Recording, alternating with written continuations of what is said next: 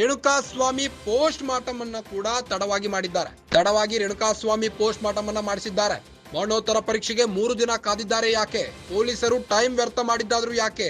ಪೊಲೀಸರ ಉದ್ದೇಶವಾದ್ರೂ ಏನು ಗೊತ್ತಾಗಬೇಕು ಅಂತ 57ನೇ ಸಿಸಿಎಚ್ ಕೋರ್ಟ್ನಲ್ಲಿ ಸಿವಿ ನಾಗೇಶ್ ಪ್ರಬಲವಾಗಿ ವಾದ ಮಂಡಿಸುತ್ತಿದ್ದಾರೆ. ತನಿಖೆಯ ಪ್ರತಿ ಹಂತದಲ್ಲೂ ಪೊಲೀಸರು ಎಡವಿದ್ದಾರೆ.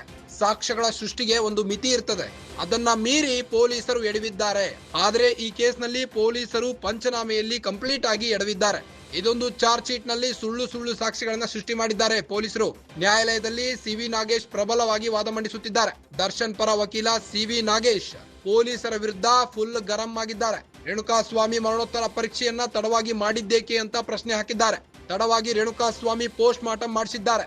ಮರಣೋತ್ತರ ಪರೀಕ್ಷೆಗೆ 3 ದಿನ ಕಾದಿದ್ದಾರೆ ಯಾಕೆ ಅಂತೆಲ್ಲ ಪ್ರಶ್ನೆ ಹಾಕಿದ್ದಾರೆ ಸಿವಿ ನಾಗೇಶ್. ಪೊಲೀಸರು ಟೈಮ್ ವ್ಯರ್ಥ ಮಾಡಿದ್ದು ಯಾಕೆ? ಹಾಗಾದ್ರೆ ದರ್ಶನ್ ಹಿಂದೆ ಒಳಸಂಚು ರೂಪಿಸಿದ್ರ ಪೊಲೀಸರು?